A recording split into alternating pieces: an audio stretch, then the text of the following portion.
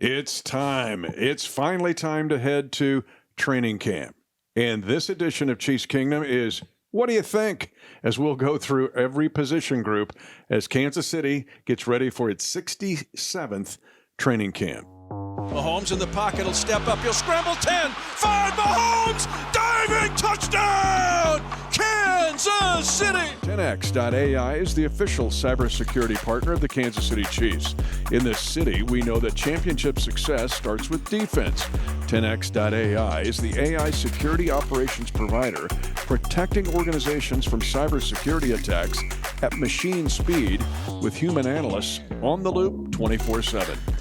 Experience cybersecurity that is AI native and human-led, united against every threat. Visit 10x.ai for details. Hi, everyone. I'm Mitch Holthus, voice of the Chiefs, along with Matt McMullen. Let me get it right. Director of Digital Content.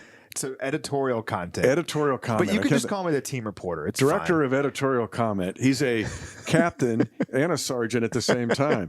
So, and still our senior team reporter, by the way. He just does extra work. Hopefully there's a little extra pay in there, but appreciate you working 2 shifts. Keep you hanging always out do. with you. That's the important It's thing. awesome. And love it getting ready for only my 33rd camp, but the 67th camp in team history. And we've been waiting on this one for a while. Yeah. We talked about it last episode that before this, after all the Super Bowls and the short off seasons, we really had the 3 shortest off seasons back to back to back in NFL history. Did all the math on it. I mean, it's crazy. But now we had this one. And truly, in a way, even though we were still playing games in late December and early January, because we knew we were out of it, it's just a little bit different. So I've been waiting on this week since mid-December, and I'm ready to go. Yeah, not a lot of charted territory in this. 2014 would have been the last time the Chiefs didn't make the playoffs. So kind of an elongated non-playing season. It really wasn't off. These NFL off seasons aren't off anymore. But now we're revved up and ready to go. You know, it was interesting when we were doing First Look, and we mentioned this a little bit, but when Rick Burkholder, our vice president for sports performance and athletic training, guys postponed surgeries. I didn't realize that. For 2 years, stuff that had to be kind of cleaned up, they just let go because I'm not going to miss any time. Now it felt like everybody, including coach, kind of got the oil changed. Yeah, I mean, in the past, we really had no choice but to just keep going full steam ahead. And we were chasing history and still made history in a lot of ways, being the first team to win back-to-back Super Bowls and have a chance at winning a 3rd in a row, making it to that 3rd straight Super Bowl. That was history. But yeah, after last year and after this long offseason, you finally had a chance to really perform some maintenance, I think, on your body, on your mind. I think the whole coaching staff had a chance to get away and recalibrate a little bit. And I think for everyone, even though we didn't want that extra time off, well, you don't have a choice. So how are you going to use it? And I just based on everything that I've gathered, I think the team, the players, the coaches, everybody, they're ready to go. They're fired up. They're excited and hungry for this season coming up. And you know, the Chiefs didn't get complacent in the past, but when you're just winning all the time, I think at times it is hard to maintain that hunger, just speaking for myself. And I think right now there's no question that hunger is there, and that's exciting. Yeah, you just maintain. You get from day to day because there's those daily things that are required, and so you just try to get to the next day. But here we are, and getting ready now for camp in St. Joseph. Also on this episode, which we're entitling What Do You Think?, we're going to have Derrick Johnson on, who will be inducted in September officially into the Chiefs Ring of Honor and the Chiefs Hall of Fame. And no better guy to get you ready for camp than DJ. Yeah, DJ knows a thing or two about St. Joe, doesn't he? He does. And River Falls prior to that. So we're going to go right down the line in the position groups, and we'll take turns one by one taking the lead, and the other will tag it. But what do you think?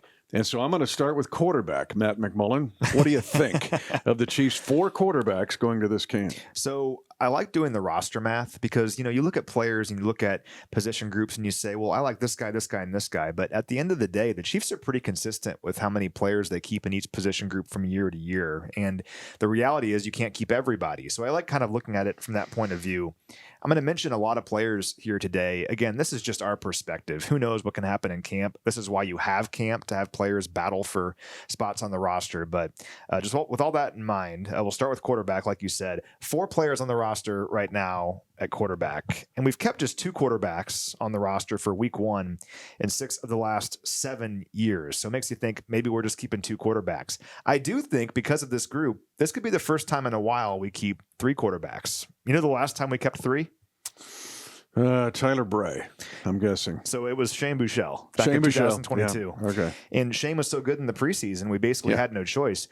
I think a similar thing could happen this year with Garrett Nussmeier, because Nussmeier to me was one that of the last time we standouts. won a preseason game? It might have been. I think we're on a 3-year drought. He led like a huge comeback against the Niners. I'm getting a didn't he? T-shirt made. Yes, he did. Yeah. And I'm going to get a T-shirt made. We won a preseason game. I really want to win a preseason game. I do too. This year. We've talked about it ad nauseum. It's more than just a joke. I think it does matter, and I think it carries something into the season and could tell you something about your team. And we have not won a preseason game in a while.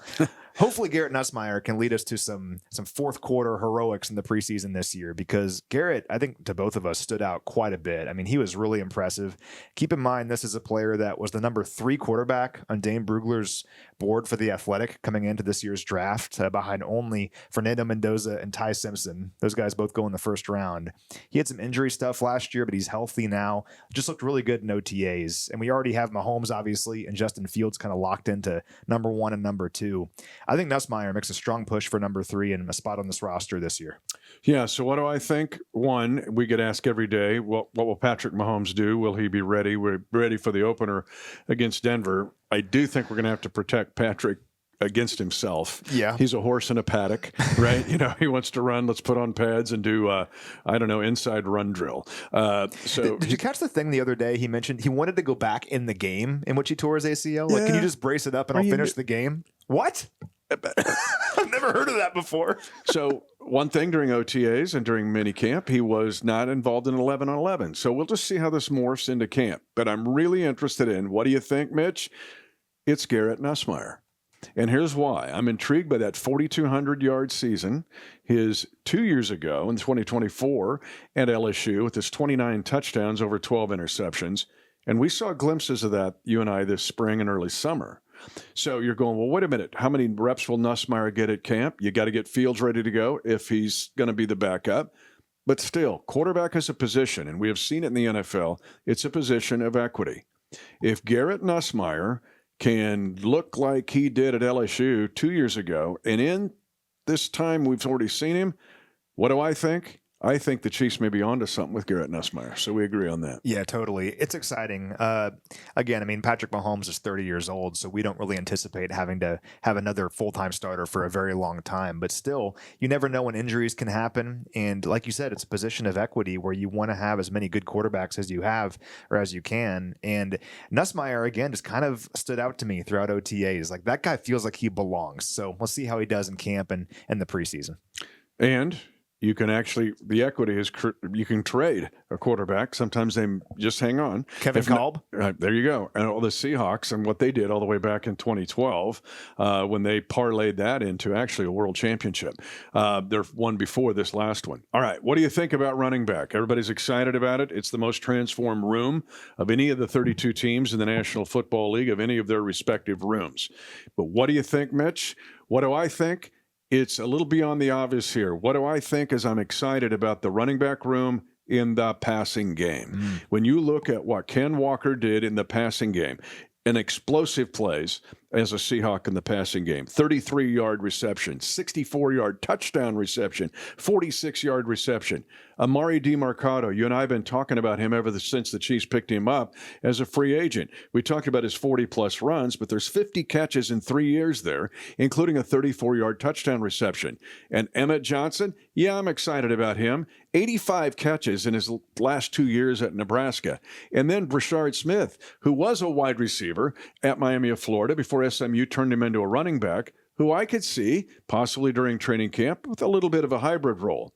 So with the running back room, most of the fans are thinking we're going to line up in the eye of the wishbone and run the ball 50 times. We might, who knows, coach do it for fun. But it's the running backs in the passing game, whether that's a design play like a screen or a baby screen or an improvised play. You and I have seen enough this spring and early summer to realize there's some explosive plays in that running back room as receivers. You ever see, like, for internet keywords or something, it'll show, like, as a a big chart, the circles that are largest, and it'll have the word in the middle. That's the word that's been searched the most. If there was like a DTK version of that for the offseason, I think explosive running game might be the number one thing for us, because that's what I'm most excited about going into this season, because we need it. We just weren't explosive at the running back position last year. And I think that had ripple effects throughout the entire offense, where it limited our passing game, definitely limited our play action passing game, and held this offense back in general. I think we have a chance to be not just competent there this year. I think we have a chance to be one of the more explosive teams in the league at running back, looking at who we have. So that's exciting. And I'm with you on everything that you said. It really is a new look room. We have 6 players in the running back room right now. We kept 4 for week 1 last year. And of that group, only Burchard is back. So a lot of new faces. Ken Walker, Amari DiMercado, Emmett Johnson, and Smith seem to kind of make up that group. And if you think we just keep 4 running backs, that might just be your room. I am kind of interested, though, in Jaden Ott and E.J. Smith. E.J. Smith is Emmett Smith's son, in case you're curious. If you go up to camp, like, hey, that's Emmett Smith's son out there for the Chiefs right now. And even if they don't make the roster, maybe they will, but even if they don't, we've seen in the past where a running back can make the practice squad and make a difference a little bit later. Derrick Gore comes to mind in 2021, made the practice squad, elevated midway through the season, ended up rushing for like 300 yards over the course of the year. So even though running back seems kind of set right now, don't close the book on Jaden Ott or E.J. Smith if they have strong preseasons. So what do you think? What do you think about, here we go, wide receiver? There are 13 on the roster right now headed to St. Joseph. And this is one where there's a little more murkiness there, or can't wait to see what I see in St. Joseph, because there's some guys that potentially could take big jumps forward. So I'll let you start on this one. What do you think at wide receiver? Yeah, interesting group. I think a group with a lot of potential. I think it's fair to say some question marks, but a lot of potential. 13 players right now, like you said. We've kept 7 wide receivers in each of the last 3 years for week 1, which is kind of interesting, because I remember the first year we did that, it was like, the Chiefs are going to keep 7 receivers. Whoa. 7 receivers, first time in franchise history. Now we've done it 3 straight years in a row, and you can kind of say, hey, maybe 7 receivers makes sense once again this year. The first 5 kind of feel like set into place to me. It's Rashee Rice, Tyquan Thornton, Xavier Worthy, Jalen Royals, and Cyrus Allen. That leaves maybe 2 spots for the other 8 players currently on the roster. And you feel like Nico Remigio probably has the inside track to one of those with his kick return acumen. But that final spot could be really interesting. And to me, that's one of the storylines in camp, is who could snag that final spot. And that's our quartet of undrafted free agents that I'm kind of interested in, with Jeff Caldwell, who we've talked about this before, but just incredible athletic specimen, where he is like 6'5", 220, runs a 4.31. Not a lot of high level football experience, but obviously has the body and the physical tools to make an impact. We'll see if he can do that in training camp. Jacob DeJesus, though, kept catching my eye. Not the biggest guy, but I think he was second in the FBS in catches last year. And throughout OTAs, caught everything his way. So he's interesting. Amari Evans from Washington ran a 4.28 40 at his pro day. That catches your eye.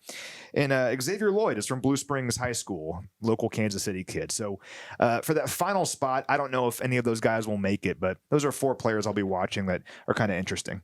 And we know special teams will determine those 1 or last 2 slots, whether it's a returner, potential gunner. That room has to contribute in special teams. Yeah. In one way, shape, or another. One thing I'm going to nerd out on this camp on, and that is going to be third down. It's going to be on both sides of the ball. We've talked about ad nauseum in the last months about third down defense, but I'm really going to watch third down offense, because this wide receiver room, is it because we've seen Tyquan Thornton have big plays on double moves, but can Tyquan make the next step and on a 3rd and 7 play make the 8-yard catch? I call them tight window catches. Some of our coaches said, you mean in contested catches? No, I'm going to take it one step further. That means I have this much room, if you're watching, about 4 or 5 inches, if you're not listening to this podcast, of making a catch knowing you're going to get hit. You hang on and get a first down.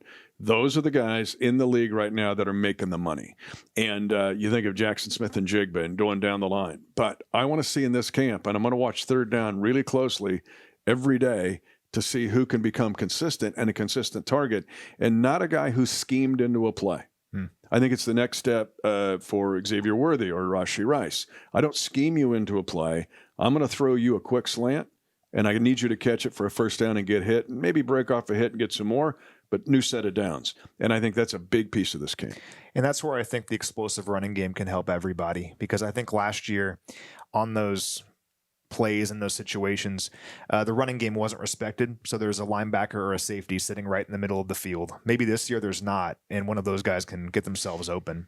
To your point about Tyquan, we've talked about this before, but Justin Watson doesn't get nearly enough credit for the role that he played on this team in helping us win championships. And to me, if Tyquan can kind of grow into that role, that's a major win. Yeah, and Watson made so many tough catches that we've forgotten about that either turned into big plays or kept drives alive. All right, so what do you think? I can't remember who's starting here first. Tight end. What do you think about tight end? Well, okay, we know about Kels.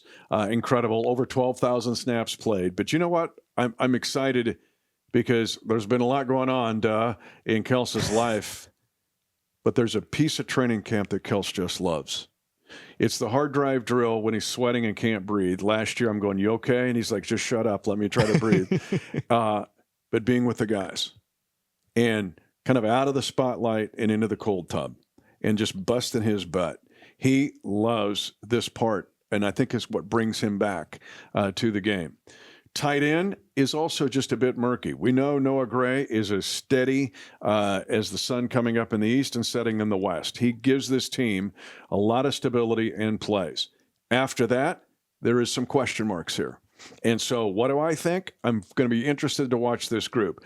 I think there's some potential there as well. What do you have in Jake Brenningstool now, who's going to be in his second training camp? But this was a group that was nicked up a bit, and we didn't see a whole lot of them during the spring and early summer. So what will we see in St. Joseph?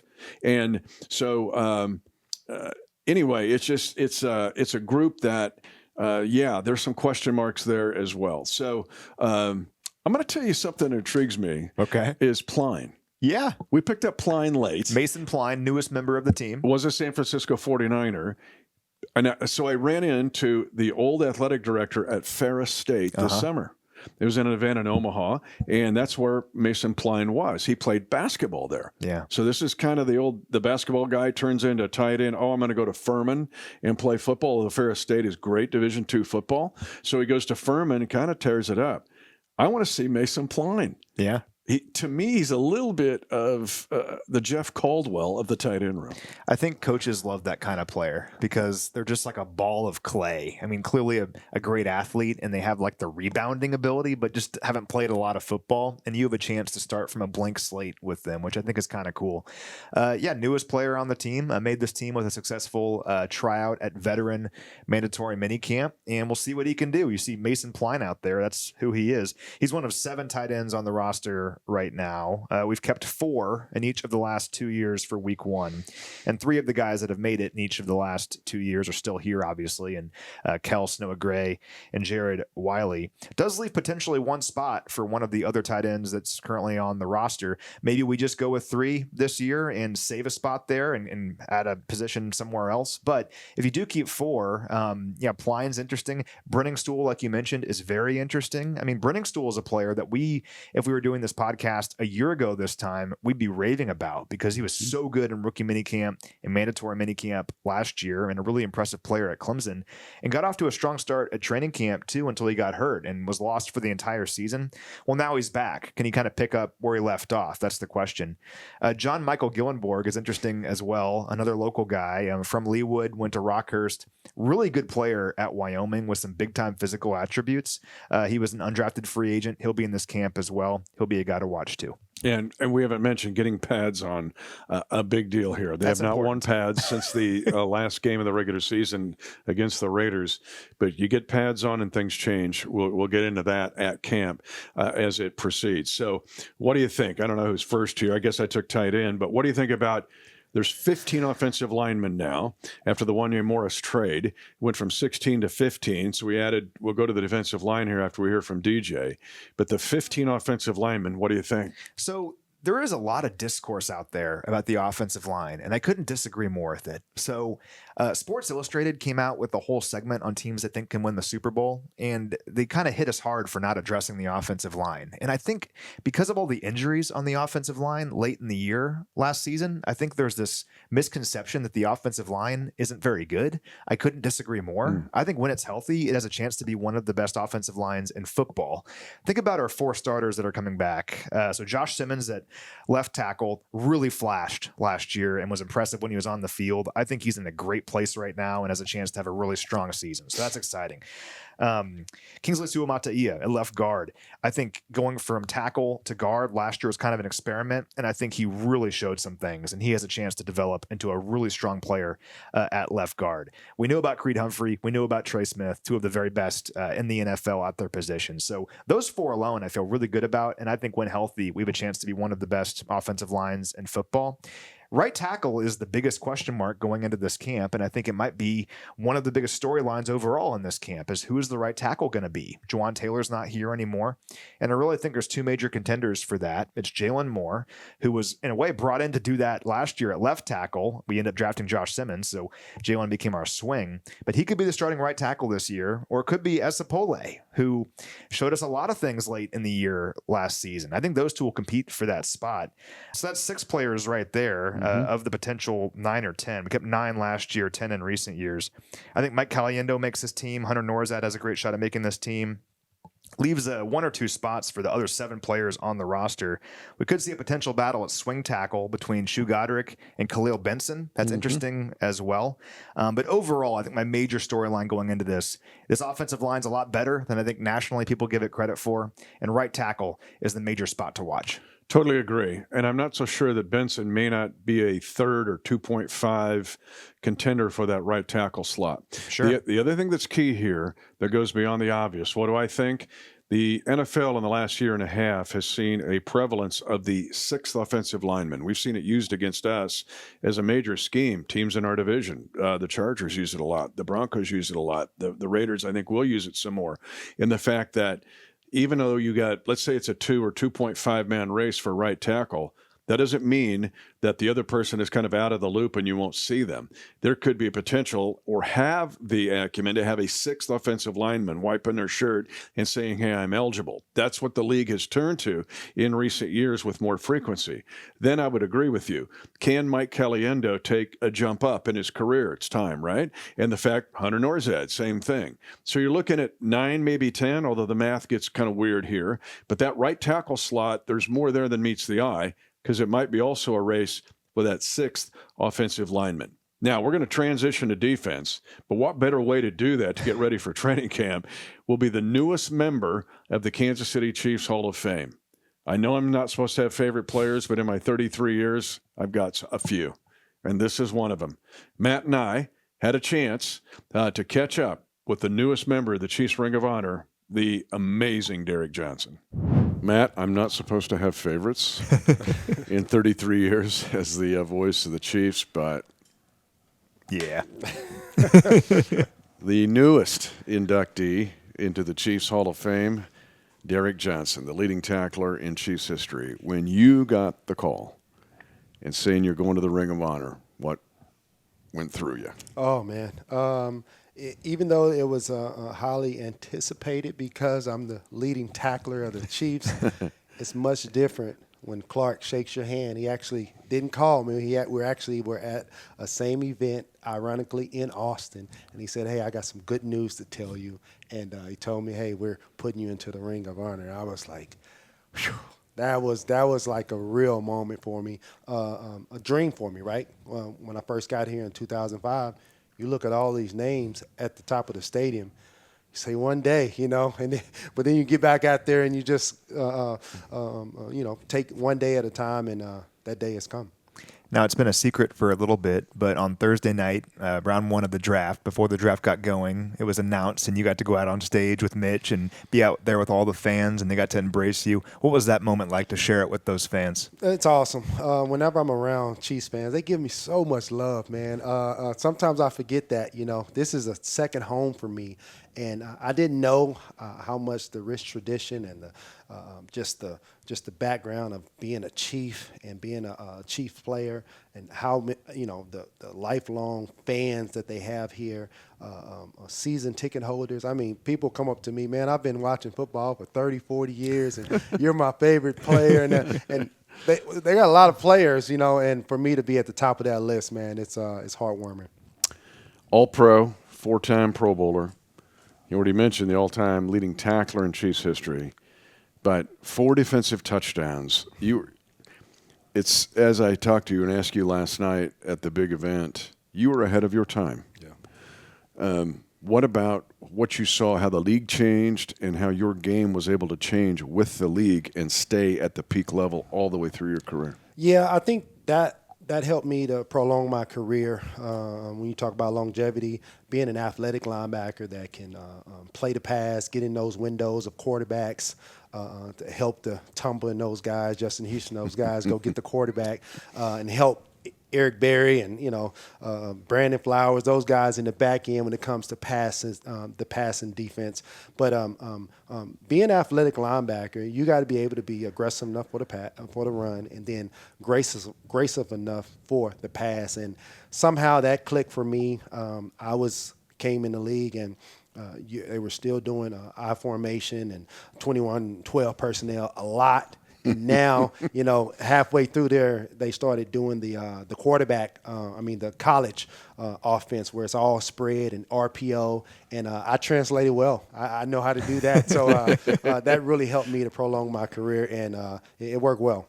So we've been running a bunch of DJ highlights around the office the last several weeks because of all this. It makes me wonder, for you as a linebacker, looking back at your career, what was more fun and more satisfying? Getting a pick six and scoring like you did a handful of times, or decleating Marshawn Lynch and Jalen Richard?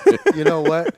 I would say, that's a hard one. I never had that question, but I'll tell you what, it would have to be probably decleating somebody. I'm a linebacker at heart. Yep. I'm athletic, and I can move around and catch some interceptions, but when you take somebody's soul, especially someone like Marshawn Lynch, who's a pretty heck of a player, beast mode for a reason, but just being able to diagnose a play, anticipate what's going on, see it, have a good vision, and go hit your target. Keep your head up while you're going through. So, man, I'm getting chills right now talking about that. I get chills. There's a picture just down the hallway. Did you see it again just a little bit ago? I did not. It's him jumping into the stands after the pick six against Jacksonville. Yeah. It's the day my granddaughter was born. So I'll never forget it. But you were still able to make those explosive plays. To last as long as you did, though, you went through a lot. Yeah. Coaching changes, ups, downs. What kept you steady and going even when it was not easy? Yeah. Well, I'm a big believer in Jesus Christ, and being able to ground and manage myself, not just on the field, but off the field too. You got to have a balance about yourself, and my spiritual faith in Christ allows me to go through the ups and downs, because really when you go through things that don't favor you, it has great benefits. So I've went through some ups and downs, some adverse moments, and when you can fight through that, you come out better. So I've came out better. Todd Haley came in, we had that going on. But you're right. You go in, and life is 10% of what happens to you, 90% on how you respond. So me responding the right way, man, it makes a big difference. And that's what I tell young guys now. You're going to go through something. It's not to hurt you, it's to make you better. Not to put you on the spot, though, but there's a day you were just kickoff coverage. Yeah. I'm going, where's DJ? Yeah, I know. And you were like L3. I know. On kickoff coverage. Were you L3? I was. Wow, that's – yeah, no, it's true. No, it's in my soul. Like, where's he at? I know. And you know what? I'm a pretty good football player when it comes to playing the linebacker position, but I'm not as good playing special teams. But we figured it out. We worked it out. We shook hands, and we got through that 2009 season. Well, with I had three. By the way, I had 2 interceptions taken back for a touchdown during that time. So I did have a little bit of production just to let them know, hey, I'm still the guy. And then next year, 2010, it really took off for me.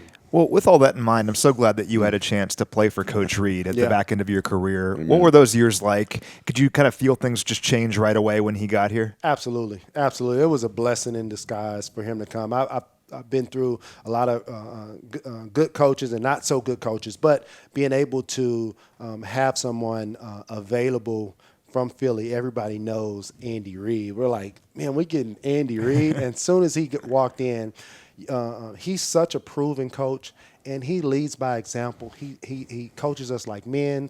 He lets us make our mistakes, but he coaches us hard. Man, when he got it, that's the best coach I've had my tenure here, my 13 years at the Chiefs, and I had him for 5 seasons. And I tell you what, the light went off. I mean, we won every year. I mean, it was pretty remarkable, and to see him have the success of winning Super Bowls it's pretty life changing. Yeah. But DJ, as a follow-up, how much I remember that playoff win in Houston. Mm-hmm. How awesome that was. Man. And you started the division runs Yeah. of winning 9 straight division titles. How much satisfaction do you have in that you were a bricklayer? Yeah. So I have a lot of satisfaction in that. I've been a bricklayer for a while. Coach Reed and Clark Hunt called me up and told me, especially when they won the first Super Bowl, man, you were the foundation laying of how to play football, how to act on and off the field, and this is the rebuttal of that. And being able to play at a high level for a long time, and then to get out of it and to see the guys play with such zeal, man. My hat's off to him. It wasn't like a bittersweet moment for me. It was like, man, they did it. Like, I know what it takes to win at a high level. I know what it takes to have success on the football field, and for this team to go that far and do it 3 times. I mean, I'm like, wow, they really put it together. I think it's really cool they recognized you for that, because not every team does that. What did that mean to you that Clark and Coach Reed said that to you? Yeah, it meant a lot. Even the players, I don't know if it was the first Super Bowl or the second Super Bowl that Pat won, but they even said, hey, I think about Tamba Ali, I think about Derrick Johnson, I think about Alex Smith, because we were in it together, and a lot of things have to go right. I don't care how good your team is. A lot of things have to go right for you to win a Super Bowl, and my hat's off to Andy Reid and everyone.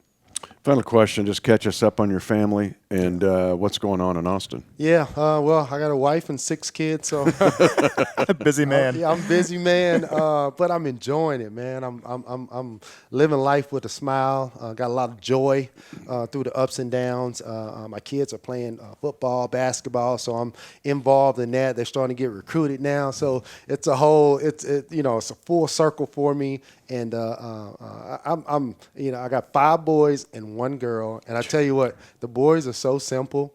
That girl, she's 5 years old, and I haven't figured it out yet, but I'm getting there. I'm getting there. Guess what? You will not ever figure it out. Yeah, just keep that thought. I get emotional, man, just hearing you talk. Man, I appreciate it. Congrats. Thank you so much. Can't say it enough, but 56 forever, and now he's in the Ring of Honor. Thanks to DJ, and I'm really excited when he gets inducted. It's going to be an exciting night. It's always good to see the alumni guys come back, but man, DJ going up in that Ring of Honor, I almost get emotional about it. The fact that this guy won 1 playoff game with us. 1. He did not get to enjoy the run that we've been on, and yet, man, if there was anybody that deserved it, it would be him. And I thought it was so cool in the interview when we brought that up. And he said that after the first Super Bowl, that Clark and Coach Reed both called him up and said, hey, I want you to know that you were a part of this. And you called him a bricklayer. And that's what he was. He helped create that foundation for what this team became after he left. And, not all teams do that where they recognize the bricklayers. And I think it says everything about Clark and about Coach Reed that they said, this is awesome, but let's remember the people that aren't here that helped make sure we could get here. So what do you think in this edition of Defending the Kingdom? And let's go to the defensive line. And what do you think? There are 16 guys there. If you look at the breakdown of outside and inside, although it gets a little cloudy with Spags, Yeah. because he'll move guys around, it's really 8/8. But this is a group that you talk about narratives or maybe some kind of weird narratives externally. I'm really encouraged about these 16 guys and what could happen on the defensive line. If the offensive running back room is the most improved group maybe in the league, the defensive line of the Kansas City Chiefs fits that same description to me going into this season. I think the interior in particular is vastly improved. Adding Kairos Tonga and adding Peter Woods to a group that already had Chris Jones and hopefully Omar Norman-Lott comes back healthy, that's a really good foursome of defensive tackles that you can rotate guys in, and you feel good about all of those guys. We just frankly weren't in that position this time last year, and that's exciting because that helps everyone. That helps your edge rushers, and it helps your secondary. And adding R. Mason Thomas at edge rusher, that's just a different dynamic that we haven't had in recent years. We haven't had the 240-pound, really twitched up edge rusher that can come off the edge with pure speed. We've kind of relied on just power guys, and that's okay. But adding that extra dynamic, I think, is going to change things a lot for this pass rush and is exciting. So looking forward to seeing R. Mason Thomas early on in camp. We've kept 9 defensive linemen in each of the last 2 seasons, but kept as many as 10 in recent years. To your point about how that breaks down, normally it's between 5 and 6 edge rushers and 4 defensive tackles. Now, Chris Jones kind of plays both, so you don't really know where you group him sometimes, but George Karlaftis, Ashton Gelati, R. Mason Thomas, they're all making this team an edge rusher, but who else can emerge from that group? That's one question I have going into camp. And what do I think? I think that Ashton Gelati is a big key to this season, a big key to this team. He also, much like Chris Jones, can move inside and outside. People see him as an edge. We've even seen him turn his hips and get an interception, right? Yeah. He's that athletic. But this is a guy that I think is a superior athlete. But he's got enough girth. And if Spags goes to NASCAR packages or tries to get tricky Spags and move guys around, Gelati's a guy that can do that. Here's a big key, and I'm going to watch this during training camp. Matt and I both talked about how the league changed dramatically over the past year and a half, and that the ball's coming out so far fast. There are not many teams that are going at 5 and 7 steps and patting it and look for double moves, and I'm looking around. So 2 things have to happen on the defensive lines now of the league. You mentioned the twitchy pass rushers. Nick Bonito comes to mind. And I love R. Mason Thomas and what he brings to the Chiefs in that regard. But you have to get penetration within 2 seconds, interior penetration. The pocket, even it's 2 steps, and I'm getting rid of the ball fast, quick slant, or a fade numbers to boundary. If I'm getting my A-gap, where it's affecting me, that at least the timing of the throw, the timing of the footwork of the quarterback, that's almost paramount in the league. We saw it with the Seahawks, okay? Yeah. One of the big reasons why they won the world championship. But it's also defending the physics of the throw. And that means if a Chris does go outside some with that wingspan, or a Gelati or Karlaftis, their ability to get in a passing lane, knock down a pass, or affect the throw, that's gigantic going into 2026. It'll be something I'll keep under a microscope in St. Joseph. Well, and we talk a lot about the Broncos pass rush, and especially in the context of R. Mason Thomas, like, hey, we're looking for our Nick Bonito. But what we don't talk about so much with Denver is guys like Zach Allen. No question. Who are pushing the pocket from the interior and opening up lanes for the speed rushers. So I really think that we have the potential to have a really solid pass rush this year, and we have young potential there, which is exciting, and guys that hopefully can grow throughout camp. So what do you think? We moved to the linebackers. There's only 8. Now, this feels like light because this was like the tight end group that we mentioned before the DJ interview, because there were guys nicked up now during minicamp and during the OTA. So we didn't get to see the full-fledged group. Besaint, the kid from Miami of Florida, when you look at him. But this is a group where you lose Leo Chanel. That's a big loss. I'm not going to sugarcoat it. Yeah. And so this linebacker core, there has to be somebody step up. What does the base look like? Cooper McDonald, he's got a new number, by the way. He's going to wear 44, no more longer 59. Or a Jack Cochran. And looking at this group, Bossa, looking at Jeffrey Bossa. So somebody's got to emerge in this group to make it look like a little bit like a Leo Chanel. Now, we know about Bolt and what he can do, Nick Bolton, and the same with Drew Tranquil. But there's some question marks here, and it's going to be an interesting group to watch. base and sub packages. What's kind of funny is we're going through the roster and we're talking about players we think could make the team or position battles to watch. You know, this time last year, I'm not sure if we would have talked about Cooper McDonald. And it's a testament to training camp and how important that is and how it truly is a competition for everyone that Cooper McDonald went into training camp as a tryout player from rookie minicamp, mind you, and not only earned a roster spot, but played in all 17 games. So it shows how everything can change over the course of the next month or so. But yeah, I mean, we kept 6 linebackers last year. 5 of them are back. Only one that isn't is Leo Chanel. And I think the number one priority at linebacker throughout training camp, like you said, is how do we replace that production on defense and on special teams? He helped this team in so many different ways. And you can point to so many plays over the course of the championship runs where, hey, that happened because of Leo Chanel. So who's going to step up and kind of fill that role? It's a big opportunity for some of our guys. We'll see if they can fill it. Guys like Jack Cochran, Cooper McDonald. Jeffrey Bassa is a player that I keep talking about because I'd love to see what he can do throughout this camp. Kind of a hybrid linebacker. I was excited about him last year. Didn't see him a whole lot on defense. What can he do in camp? And could he earn a spot as a defensive contributor? That's a question I have going into St. Joe. One of the best talent evaluators in the NFL is Dave Tobe. He's like a quasi GM. But this crew, this room, and again with only 8 guys, how's that going to shake down? They must be contributors in special teams. It is not something you hope to get a luxury of. Your linebacker room, if you're any of the 32 teams in the NFL, have got to be strong in special teams. And quite honestly, we heard Pat Mahomes talking about his goal in offense is time to clean up everything within every play. So the special teams have to be cleaned up. A lot of penalties last year, 4th most holding penalties of any team in the league in special teams. It costs you field position.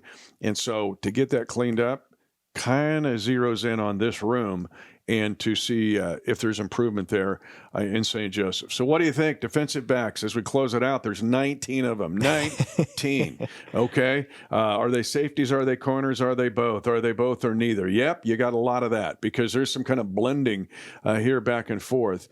But if the defensive line kind of fired me up during what I saw in the spring and early summer, this room did too, because here it goes back to your Sports Illustrated false narrative. Same thing, yeah. It's the same deal because if you look at Trent McDuffie, lost him, love McDuff. Oh gosh, you lose Jalen Watson. But you and I are both fired up about Noel Williams. Yes. We think Noel Williams can have a breakthrough year. We like what we see in Delane. Christian Fulton looked like the Christian Fulton that intercepted the pass against Patrick Mahomes that Rashee Rice tore his knee up on a couple years ago in Los Angeles. We're seeing a group that I think is more aggressive, only 12 takeaways last year. How do you get from 6-11 to 11-6? Takeaways is one big area, and the DBs, I think, will lead the way instead of kind of passive. Can they get off the field? 3rd and 9 means you're out. You're going to punt, not a 12-yard gain. Yeah, you know, I think it's tough for people that cover the league nationally because they just see kind of the overview. They say, oh, Chiefs lost Trent McDuffie, lost Jalen Watson. They're really hurting at corner. And yeah, those are 2 great players that won championships here. But I feel pretty good about the secondary. I think there's a lot of potential there, and I'm actually really excited about it. Between Delane, Noel Williams, Christian Fulton. L'Jarius Sneed is back. What are we going to get out of L'Jarius Sneed? That's exciting. And then I love him.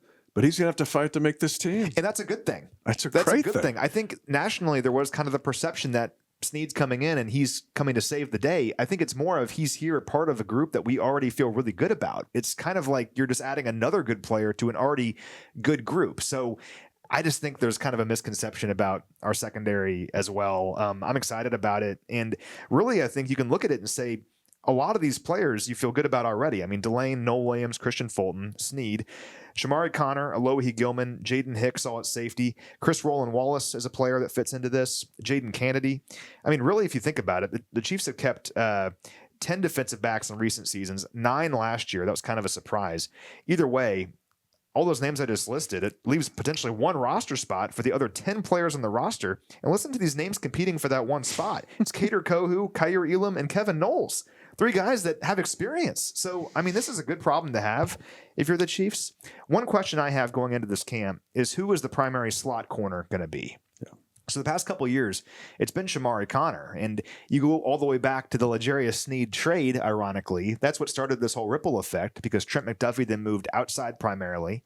And last year on this podcast, we were probably talking about how we thought Trent McDuffie was going to move back inside because we had Christian Fulton. Well, there was the injury stuff, never really materialized.